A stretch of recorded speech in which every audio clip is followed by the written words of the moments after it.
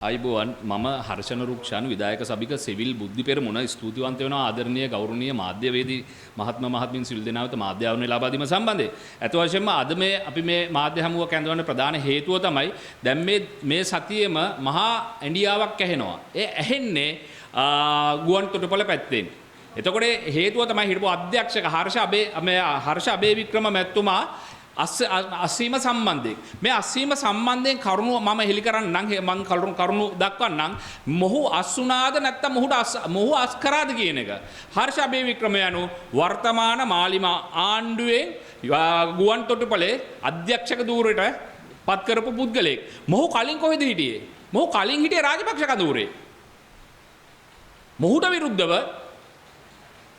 Helicopter ගනුදෙනුව සම්බන්ධිනුත් චෝදනා වාර්තා වෙනවා. එතකොට මේ පුද්ගලයා මේ කරුණු කාරණාත් එක්ක මේ පුද්ගලයා හේතු දක්වලා තියෙනවා. මොහු මේ ගුවන් තොටුපළෙන් අයින් වෙන්න හේතුව තමයි බානගල නායක හාමුදුරුවන්ගේ ආරක්ෂකයෝ සම්බන්ධයෙන් අවුරුදු 10කට වරක් අලුත් මේ ආරක්ෂක මණ්ඩලයේ අලුත් කරන්න ඕන ගැටලුව සම්බන්ධයෙන්. ඒක නෙමෙයි හේතුව. චීවරයට ගෞරව කරන්න එපා. හාමුදුරුවෝ ගොල්ලොන්ගේ නම් විකුණම් කන්න එපා. මොහු අයින් කරන්න හේතුව තමයි මොහු රාජපක්ෂවාදී කණ්ඩායමේ ඉඳලා වර්තමාන මාලිමා ආණ්ඩුවත් එක්ක වැඩ කරන්න එකතු වෙච්ච පුද්ගලයෙක්. මොහු ඉදිද්දි මොහු පිළිබඳව තව කරුණු කියනවා නම් ජයිකා ආධාරය යටතේ අපේ ගුවන් තොටුපළ නවීකරණය කරන්න මුල් අදියරට ආවා බිලියන 106ක්. ඊළඟ දෙවන අදියරේ එනවා බිලියන 6.1ක්. එතකොට සම්පූර්ණ මුදල බිලියන 112.1ක් එනවා. මේ බිලියන 112.1න් බිලියන 77ක් විතර අපිට ලැබෙන තොරතුරු අනුව දැනටමත් ඒ අදාළ පාර්ශවයන් වලට ඒ සේවාදායකින්ට නිකුත් කළා අවසන්. නමුත් මේ ව්‍යාපෘතියේ මේ වෙද්දී හදලා නිම කරලා තියෙන්නේ ව්‍යාපෘතියෙන් 110යි. බිලියන 112.1ක්. ව්‍යාපෘති සඳහා ජපන් ආධාරය යටතේ හම්බෙච්ච මුදලින් ව්‍යාපෘතියෙන් 10%ක් අයින් නිම කරද්දී බිලියන 77ක් දීලා ඉවරයි. ඒ කියන්නේ මේ බිලියන 77 සම්පූර්ණයෙන්ම වතුර ගිහිල්ලා තියෙන්නේ. එතකොට මේ හර්ෂ අබේවික්‍රම කියන පුද්ගලයා දූෂිතයෙක්. මොකද හොරකම් කරත් එකයි මුදල් අවභාවිතා වුණත් එකයි මුදල් අවභාවිතා කරන්න ඉඩ දුන්නත් එකයි දැක්ක අහක බලාගෙන හිටියත් එකයි. ඉතින් ඒක හන්ද අපි කියනවා මේ බානගල නායක ස්වාමීන්ද්‍රයන් වහන්සේගේ ආරක්ෂාව සම්බන්ධයෙන් ගැටලුවක් නෙමෙයි මෙතන තියෙන්නේ. ආරක්ෂාව අලුත් කරන්න කියලා අවුරුදු 10කට පාරක් ඇතිවෙච්ච ගැටලුවක් සම්බන්ධයෙන් මෙතන ගැටලුව තියෙන්නේ. මොහුට මේ ගුවන් තොටුපළේ මේ බිලියන 112.1 ගනුදෙනුව සම්බන්ධයෙන් වර්තමාන ගරු ජනාධිපතිතුමා අනුර කුමාර දිසානායක මැතිතුමා විශේෂ කොමිසම පත් කළා තියෙනවා හිටපු විගණාධිපතිවරයෙක් හරහා. ඒ විමර්ශනයේදී තමයි මේ හර්ෂ අබේවික්‍රම මහත්තයා ඉල්ලා අස්සන්නේ. එතකොට මොහු පිළිබඳව තව එනවා මම කාරණාවකට මොහු සමග වැඩ කරන මිනිස්සු.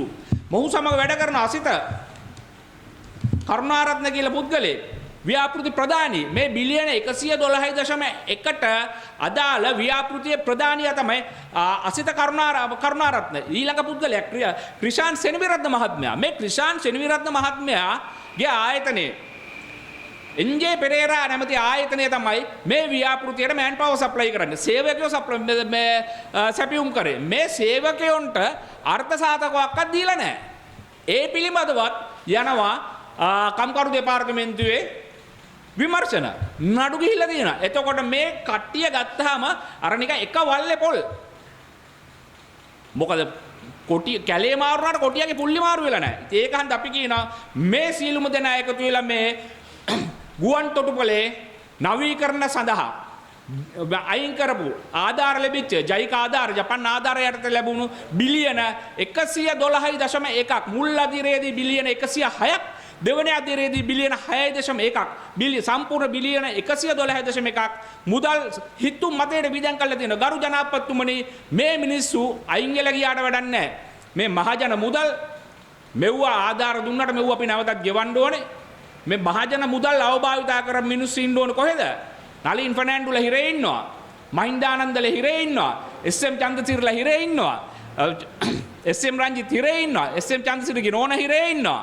ඒ වගේ මේ වංචනකින් දූෂිතයින් කොල්ල කාපු මිනිස්සු සියල්ලම ඉන්න ඕනේ හිරගෙදර. ඉතින් ඒක හන්ද අපි ඉල්ලා සිටිනවා මේ ජයිකා ආධාරය යටතේ මේ ජපන් ආධාරය යටතේ මේ ගුවන් තොටුපළ නවීකරණය සඳහා ලැබිච්ච මුදල් අවභාවිතා කරපු පුද්ගලයෙක් වේනම් පුද්ගල කණ්ඩායමක් වේනම් අධ්‍යක්ෂකවරයෙක් වේනම් නියෝජ්‍ය අධ්‍යක්ෂකවරයෙක් වේනම් අධ්‍යක්ෂක මණ්ඩලයක් වේනම් සේවකයෙක් වේනම් සේවක කණ්ඩායමක් වේනම් මේ සියලුම දෙනා මම හිතන්නේ මුදල් විසුද්ධීකරණ පනත යටතේ අනිවාර්යම දඬුවම් ලබා දිය යුතුයි. මොකද වර්තමානයේ මේ ගුවන් තොටුපළේ සිදුවීම අපි අවුරුද්දක් තිස්සේ කතා කරනවා. අපිත් එක්ක මේ සම්බන්ධයෙන් කතා කරපු එක්තරා සහෝදරයෙකුට එක්තරා පුද්ගලයෙක් මිලියන 500ක එන්තරවාසියකුත් එවලා දෙනවා. නමුත් හඬ නවත්තන්න නැහැ. හේතුව තමයි මහජන මුදල් රටට ලැබිච්ච ආධාර රටට ලැබිච්ච අර මුදල් අවභාවිතා වෙනවා නම් එතන සිවිල් සමාජ ක්‍රියාකාරීක විදිහට අපි ඉන්නවා. ගරු ජනාධිපතිතුමනි දැන් ඔබතුමාට 3 දෙක වරමක් දීලා තියෙනවා. දැන් මේ හන්දි ගානේ මාල කඩනේ උංග පොල්වලි කඩනේ උංග හිරේ දාලා නිවුස් ගහන එක නෙමෙයි දැන් කරන්න ඕනේ. මේ වගේ අන්ත දූෂිත පුද්ගලයින්ව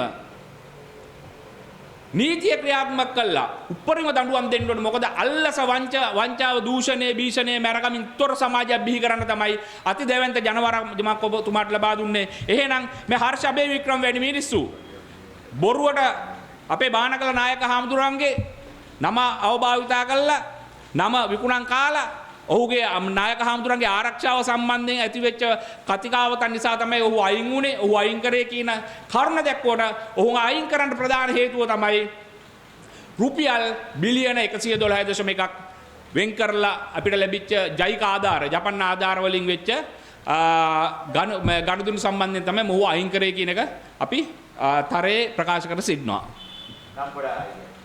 මම හර්ෂණ රුක්ෂාන් විධායක සභික සිවිල් බුද්ධි පෙරමුණ.